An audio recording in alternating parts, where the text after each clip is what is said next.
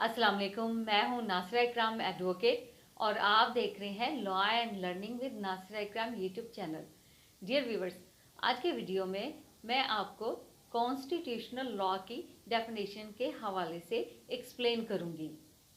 Constitutional law एक document है जिसमें मुल्क के गवर्नमेंट स्ट्रक्चर के बारे में कंप्लीट डिटेल दर्ज होती है, जैसा कि फॉर्म ऑफ स्टेट क्या होगी, मतलब यूनिटरी, फेडरेशन या कन्फेडरेशन, या मुल्क में डिक्टेटरशिप होगी, बादशाहत होगी, या प्रेसिडेंशियल फॉर्म ऑफ गवर्नमेंट होगी। इसी तरह से सॉवरेंटी किन हुक्मरानों को हासिल होगी, रूलर्स कौन होंगे, इंडिविजुअल्स के राइट्स कौन कौन से होंगे, कौन से राइट्स इंडिविजुअल यानी सिटीजन्स को दिए जाएंगे, और उन्हें लुक आफ्टर या बनाने के लिए कौन से हुक्मरान होंगे जो कानून साजी कर सकते हैं या कानून साजी के लिए अख्तियारात हासिल हैं, मतलब पार्लियामेंट है, या अगर यूके की बात करें किंग है, या प्रेसिडेंशियल फॉर्म में सॉवरन अथॉरिटी जो भी होगी, किसको अख्तियारात हैं कि वो मुल्क के लिए कानून साजी करें।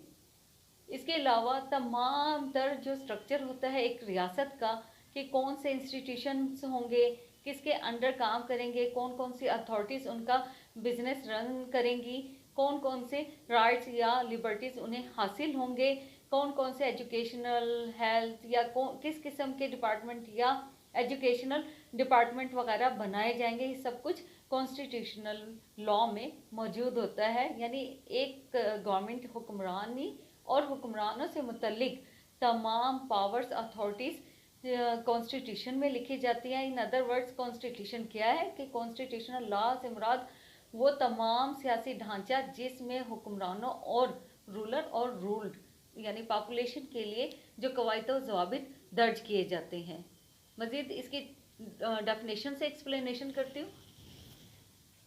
डेफिनेशन है, it may be defined as that branch of civil law, यानी ये सिविल लॉ की ही ब्रांच है, यानी constitutional law. Constitutional law civil law की ही ब्रांच है which deals with rules directly और indirectly affecting either the exercise or the distribution of the sovereign power in the state। यानी ये किससे डील करती है, डायरेक्टली इनडायरेक्टली, कि वो कवायद व ज़वाबित जो कि सॉवरन पावर में किसी रियासत की सॉवरन पावर को अफेक्ट करते हैं।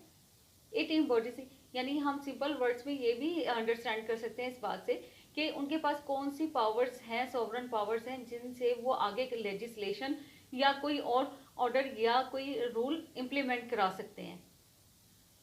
It embodies rules which prescribe the structure and the main functions of the different organs of any government, यानी रियासत में जो मुख्तलिफ डिपार्टमेंट हैं उनकी क्या क्या जिम्मेदारियां हैं, क्या क्या रिस्पॉन्सिबिलिटी है, वो तमाम हमें कहाँ से पता चलती है, कॉन्स्टिट्यूशनल लॉ से।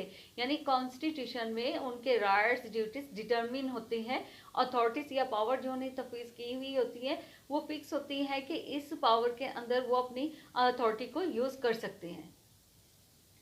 डाइसिस definition, constitutional law is by far the best, यानी जाहिर है कॉन्स्टिट्यूशनल लॉ में एक पूरा मुल्क का स्ट्रक्चर लिखा हुआ है, हर एक एंगल से कवर किया जाता है, हर एक अथॉरिटी और सॉवरन अथॉरिटी या सॉवरेंटी को या एक हुक्मरान के जो अख्तियारात हैं उन सबको डिटेल में लिखा हुआ होता है, तो इसलिए ये बेस्ट तरीन यानी लॉ समझा जाता है। एक्सप्लेनेशन कुछ इस तरह से, इसी ऊपर वाली डेफिनेशन को कुछ इस तरह से एक्सप्लेन करेंगे।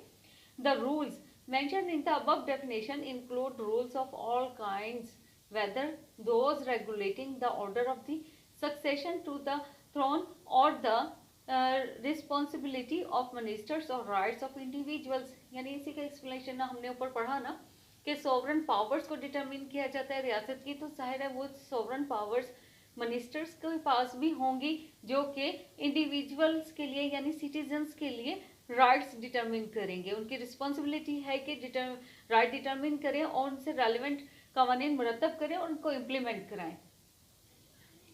अब अगर यूके के कॉन्स्टिट्यूशन से इसके मीनिंग को देखा जाए तो constitutional laws therefore mean in England laws which affect the fundamental institution of the state. Fundamental वही मिनिस्ट्री और गवर्नमेंट आ गई कि उसके जो कवानीन है वो कवानीन है जो उन पे इम्पोज किए जाते हैं और इनसे इनका क्या आउटपुट निकलता है, यानी कानून जो है ये कौन से इंस्टीट्यूशंस के लिए बनाए जा रहे हैं और कौन से इंस्टीट्यूशन इसे इम्प्लीमेंट करा रहे हैं।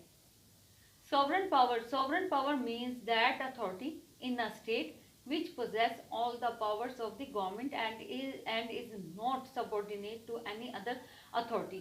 Sovereignty या sovereign power यानी वो अख्तियार, sovereignty का मीनिंग होता है सुपरमेसी, यानी वो अख्तियार या पावर जो कि किसी और के पास नहीं होती, वो एक हुक्मरान के पास होगी। वो अगर यूके की बात करें तो किंग, अगर पाकिस्तान की या यूएसए की बात करें तो प्रेसिडेंट जो है या प्राइम मिनिस्टर है, उनके पास जो अख्तियार होता है वो सोवरेन यानी सोवरेन अथॉरिटी।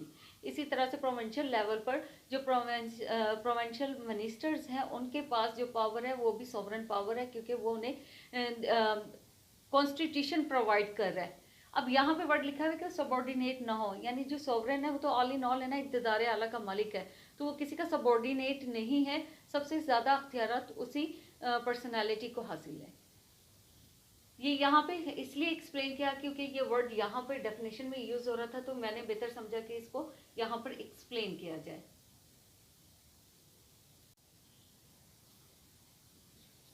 ये इसका कंप्लीट ओवरव्यू हो गया।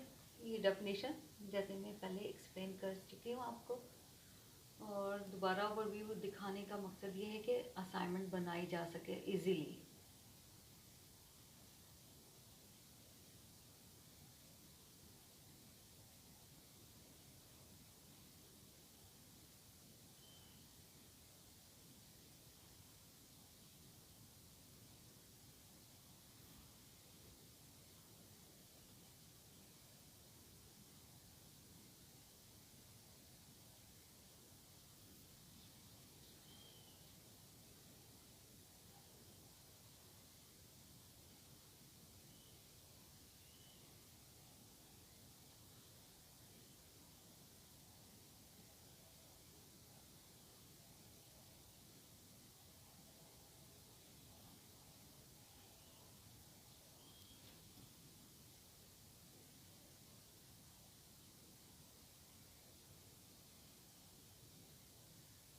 उम्मीद है आज का टॉपिक पसंद आया होगा। मिलते हैं नेक्स्ट वीडियो में नए टॉपिक के साथ।